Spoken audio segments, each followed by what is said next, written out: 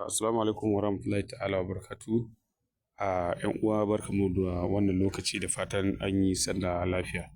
Kamar yadda aka yi alkawari lokacin da aka ga wannan damar cewa akwai tsare-tsare da duk wanda shiga wannan tsarin za a nuna masa.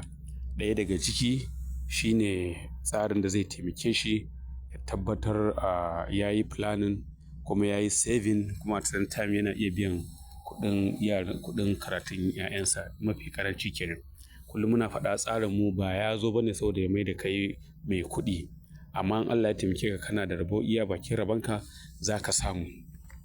Kuma tsarin bayan wannan muka yi alkawarin a cikin tsarin za a nuna wa mutum ƙila alternative income sources, wato yadda za ka iya samun wasu kuɗaɗe koma bayan wanda kake samu na yau da kullum. To a yau za mu duba cikin hanyoyin da wannan tsari yake da shi na nuna wa mutane da za su samu wasu 'yan kuɗaɗe na biyan buƙata. Aƙalla muna da hanyoyi guda 4.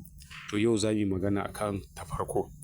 Idan ba ka manta ba an zo an kira ka an maka bayani kuma an amfani da email ɗinka an turo ma wani saƙo. To in ma baka san baka ma buɗe email ɗinka an ɗauko saƙon ba, to ka tambayi trainer naka, in mace ce namiji ka tambaye ta dai ko ka tambaye shi. Zai ce ka shiga email ɗinka akwai wani username da password. To idan ka shiga email ɗinka ɗauko username da password ka zo sai ka shiga wayarka kamar haka. Kana shiga wayarka kamar haka za ka taɓa wannan, wato wanda ake cewa Chrome browser. Ka taɓa Chrome browser naka zai buɗe. Gashi yana buɗewa kamar haka. To yana zuwa nan sai ka taɓa wannan search menu ɗin. Yana taɓa wannan search menu ɗin zai kawo ka nan. Zai kawo ka nan wurin. Wannan search menu zai kawo ka nan. Kana zuwa nan sai ka zo a daidai sai ka rubuta 52U. Kana rubuta 52U zai kawo, za ka ga wannan gashi nan, wannan za ka ga ya fito. Wannan ɗin nan za ka ga wannan ya fito. Idan ya fito fine sai ka taɓa shi. Kana taɓa shi kai tsaye zai kai ka zai kawo ka nan, wato wanda ake cewa community world. Wannan community world ɗin babu ruwanka da ainihin wannan nan wurin. Ba ruwanka da nan, ba ruwanka da nan. Sai kai scrolling down. Scroll down. Za ka zo nan wurin. Kana zuwa nan wurin sai ka taɓa nan wurin yi clicking. Kana clicking zai kawo ka nan. To wannan username da password ɗin naka sai ka zo sai ka ɗauka wannan user ID kai. User ID za ka rubuta ma. Sai ka rubuta shi nan member ID. Sai ka rubuta ID ɗin. Za ka ga ya fara da sunanka sai wasu lambobi guda 6. Bayan ƙila abbreviation ɗinka na farko za ka akwai wasu lambobi guda 6. Sai ka sa nan. To daga nan sai ka kuma sa password a nan. Za ka ga akwai password. Sai ka sa password. Kana sa password sai ka zo nan kuma nan wurin sai ka sa wannan captcha ɗin. Captcha ɗin nan ga ta nan ita ce wannan lambobi. This is your captcha. Sai ka taɓa. Kana taɓa nan za ka sa captcha ɗin. Amma bari mu fara sa username ɗin. Yanzu misali ka ɗauka gashi nan na sa username da password ɗina. So wannan ita ce captcha number ɗin. Sai ka zo captcha code sai ka sa ta. Ga ta nan kamar haka 1564. To sai ka taɓa nan sign in. Za ka taɓa sign in. Kana taɓawa zai kawo ka nan insha Allah. To babu ruwanka da nan wurin. Babu ruwanka da nan. A bidiyo na gaba za mu zo yi muku bayani me nan wurin yake ciki. Sai ka zo nan wurin. Sai ka zo wannan filin nan sai ka taɓa. Kana taɓa shi zai kawo ka nan. So a taƙaice wannan shine shagonka. Kuma wannan 4-in-1 ne. Abubuwa da yawa wannan abun za ka iya yi a cikin wannan manhajar. Wannan manhajar da ka ganta an yi ta ne saboda ta sauƙaƙa abubuwa guda 4. Domin abubuwa guda 4 nan suna da tattare da matsaloli da yawa. Abu na farko sai da ta sauƙaƙa maka saye da sayarwa. Ka buɗe shago a kasuwar Rimi ko a kasuwar Wambai ko a jihar Kaduna ko ma ina ne kake a duniya. Ba ka buƙatar buɗe shago domin kai kasuwanci. Wannan shine shagonka. Abu na biyu waɗanda suke buƙatar abin crypto. To shi crypto yana buƙatar za ka zo ka sa idanu domin ka ga yadda farashi yake hawa yana sauka. So wannan ba ka buƙatar ka zo ka yi ƙuri domin a nan wurin za a yi amfani da wannan manhajar ta AI. Manhajar ta AI. AI wato robot, za a sai ma robot. Wannan robot ɗin su ne suke making transactions. To kaga in kana sha'awar yin crypto, kama ka aje magana crypto kawai wannan platform ɗin wannan ba platform kai, wannan manhajar za ta baka damar da duk wani ɗan crypto kake tsammanin zai iya samu. Abu na uku shine wanda suke buƙatar trading. To a nan ma ana trading, za ka iya trading a nan ciki. Duka kuma wannan abun trading ɗin da za ka yi muna kiran shi compensation trading. To shi ma kuma duk robot ne da AI suke yi. Ina fata an fahimce ni. So waɗannan duka abubuwan da kuma abu na ƙarshe shine wanda kuma yake sha'awar yin networking. Wanda yake sha'awar networking, wannan ma wurin shi ma ita ma wannan manhajar za ta baka dama kai networking iya yadda kake bukata. So a takaice dai wannan manhajar da kake gani wannan ɗin 4 in 1 ce. Ina fata an fahimce ni. Kuma mun faɗa muku za mu nuna muku hanyoyi daban-daban wanda za ka iya samun kuɗaɗe wanda za ka iya biya wa kanka bukatu. Ina fata an fahimce ni. To yanzu wannan shi za mu nuna muku na farko. Idan ba ku manta ba, lokacin da aka yi training mun faɗa muku cewa za mu je mu nemo muku rance a intanet na naira 600,000.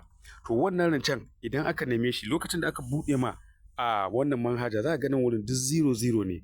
Nan 0, nan 0, nan 0, nan 0, nan 0, nan 0, nan 0. To wannan kaɗai ne date join ɗin da date expire ɗin su kaɗai ne za ka gani a wurin. Amma duk sauran 00 za ka gani. Ina fata an fahimce ni. To kana zuwa abin da ya sa wannan wurin shi da yake tsoho ne ya daɗe tun da kan ga yana na tun ranar 13 ga watan 11.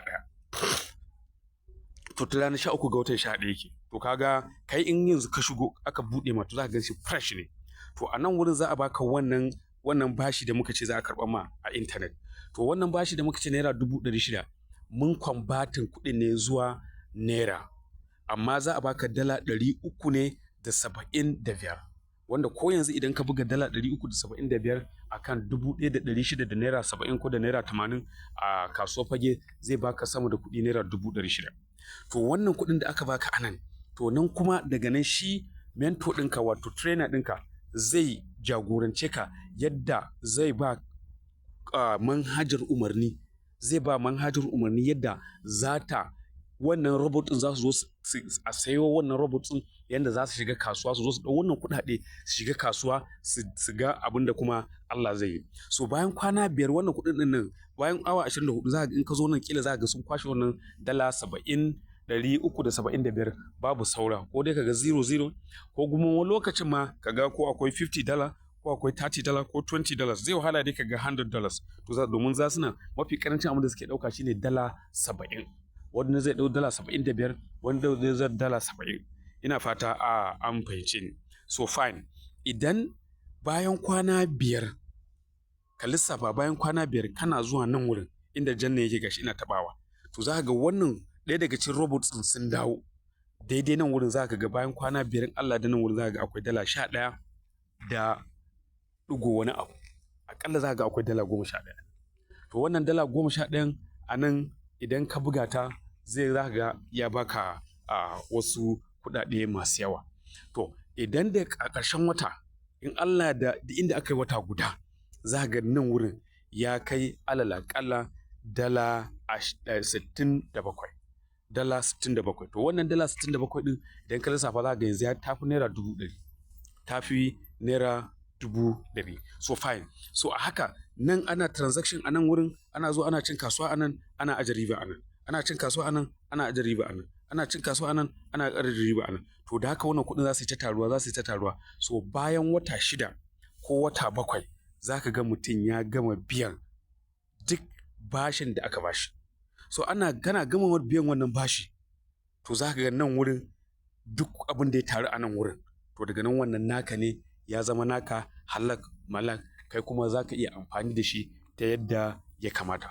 Wannan ita ce hanya ɗaya da ake iya samun kuɗi da wannan tsari namu na KSYP Training. Da fata an fahimce ni. Wata rana kuma a wani bidiyon insha Allah za mu nuna muku hanya ta biyu da kuma bayanai a cikin wannan manhaja. Wannan manhaja, wannan filin da kake gani, wannan ana kiran shi DTC, Digital Tracking Center. Wato yadda za ka iya bibiyar kasuwancinka ta yanar gizo ba tare da wata matsala ba. Kuma wannan kuɗin fa da kake gani za su riƙa taruwa, kai ba ka buƙatar kai komai, abinda kawai ake buƙata ƙarshen wata ka zo ka duba ka ga nawa ne ribar da ka samu. To ba za ka fara amfanin wannan ribar ba sai ka biya su bashinsu. Lokacin da ka biya su bashinsu, to daga nan za ka fara amfana da wannan riba. Masha Allah, wassalamu alaikum wa rahmatullahi ta'ala